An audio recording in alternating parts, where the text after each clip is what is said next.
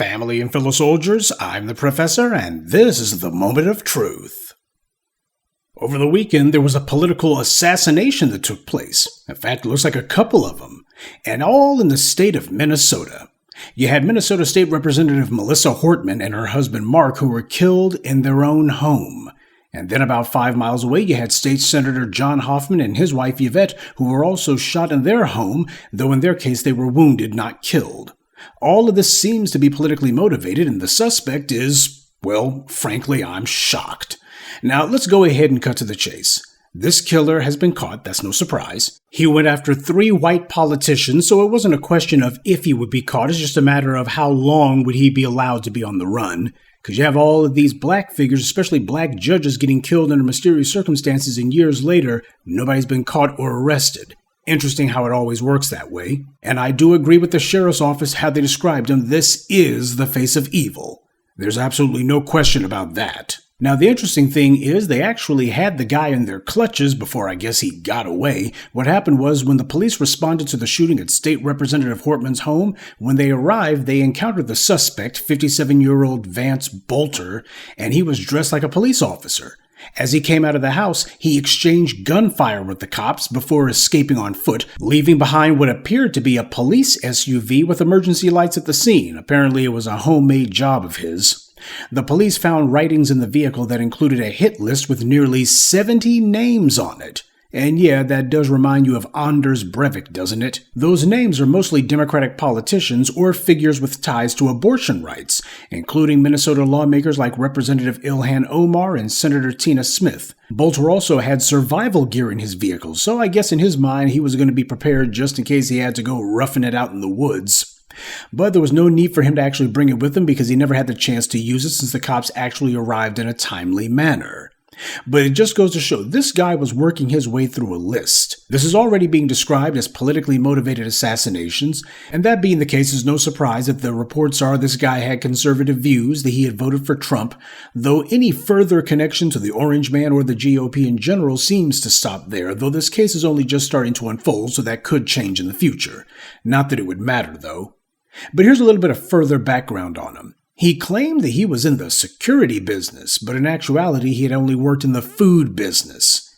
He said that he was the CEO of Red Lion Group, though it's not clear what that was supposed to be, though from a 2022 Facebook video about the Democratic Republic of the Congo, it was just a clumsy front for some would-be opportunism in Africa. This guy was listed as the keynote presenter for an organization called Minnesota Africans United. Yeah, because when you think of Minnesota, the first thing you think about are Africans, right? It already sounds like some sort of dummy front organization, but even if it wasn't, this guy was in the Congo trying to drum up some business for himself, and this during the height of the pandemic, by the way. So apparently this guy wasn't afraid to travel as long as he thought there was some quick cash in it for him. I guess he figured some white folks would go over there to Africa and razzle-dazzle the natives, and truth be told, that's usually how it goes. But of course, whenever it comes to these psychos, there's always some sort of strange, bizarre connection to black people, either as bigots or someone with some weird interest or even fetish when it comes to black people. That train is almost never late. So, why did he do it? What was his motivation? That's not clear, and rampant speculation abounds. Was it some sort of coincidence that this happened in the home state of Kamala Harris's running mate, Tim Walz, or was that the entire point? They couldn't get to Tim Walz, so they went after someone else? White media reports do say that this Bolter character had been put on some sort of bipartisan state committee by Tim Walz, but that seems to be just coincidence. But something I think could stand to be mentioned is whenever people from the dominant society kill, they do it either to uphold their power or for the sake of blocking somebody who they think threatens it. That's what happens when they use violence. When black people kill, it's usually over respect, or for some amount of chump change, which usually is all about respect in that regard too. But I think the only thing more sickening than how these privileged punks like to use violence is how eagerly the white powers that be cover up for them every time they do it. Because of course on cue the white media has been reminding everyone that this Bolter character, he's a human being, regardless of how many human lives he took or attempted to take. Headlines say that there were few signs of extremism from him. They didn't say none, they said few. So the process of minimization is already underway, and of course, you gotta have the friends and neighbors who are reported as describing him as mild-mannered. because so long as the shooter isn't black, we can't go demonizing him now. Before it's all over, we're going to be hearing about how he was a diligent worker on the job and never had any problems, didn't even come in late.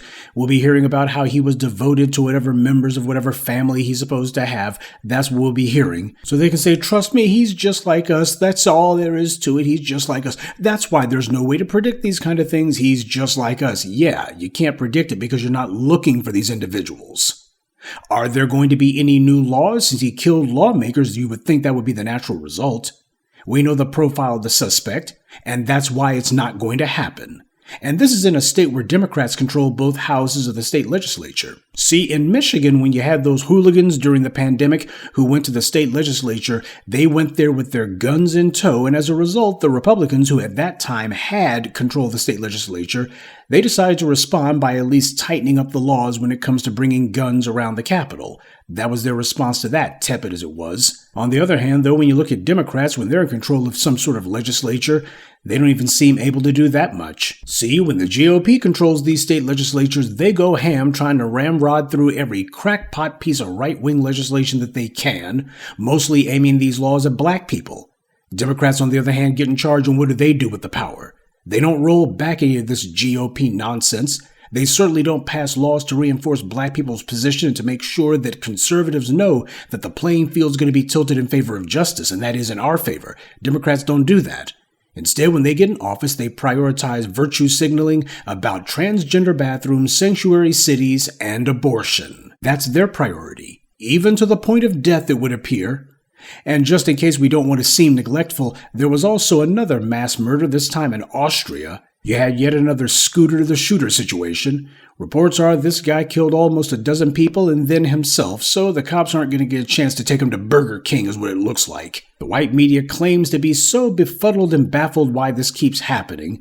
Well, let me go ahead and tell you what it isn't.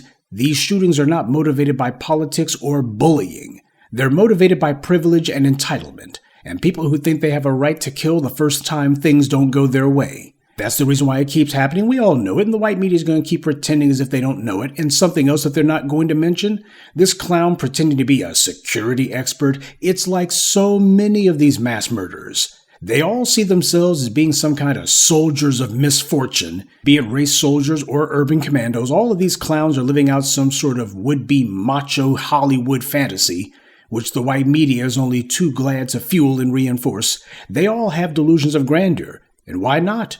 Give them a gun and a politician to fire at, and they all imagine themselves to be the second coming of George Washington because they got a white media that glorifies and rationalizes their violence, and a society that continually reminds them and everyone else that all of these historical figures under white supremacy, their life stories are more myth than fact, but they all revolve around violence. That's the one thing that all of white history's heroes have in common. The people who they do the most to put on pedestals are the ones who show that they have absolutely no qualms about using violence.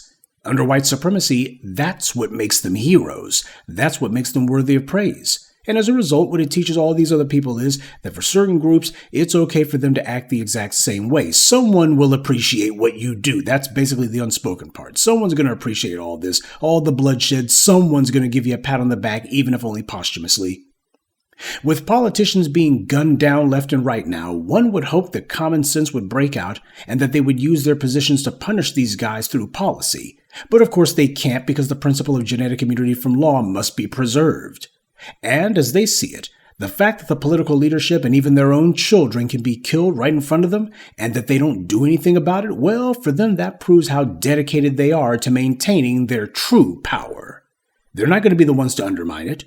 This is how they show how dedicated they are to the cause. Already we're getting the usual empty talk about how people need to tone police themselves and they need to dial down the rhetoric. People need to stop being so bellicose. The left will repeat their usual calls for gun control, and the right will point out that even if those proposals had been law, it wouldn't have stopped this from happening. But what we won't see is any of them seriously planning how to craft laws to go after the class of people who perform political assassinations. The face of evil. No matter how the politicians may act, they are not helpless bystanders in all this. They're choosing an action. And even though they are clearly the ones in the crosshairs, they still seem content to just sit back and let these killers take another shot at it. Good day and be one. I'd like to take a moment to mention some of our contributors: Walter Wilborn, Mark Anderson, Anthony Molden, Williams, and Onan X. Salute to them and thank you to everyone for listening, liking, and sharing this message. Black empowerment only exists because of you.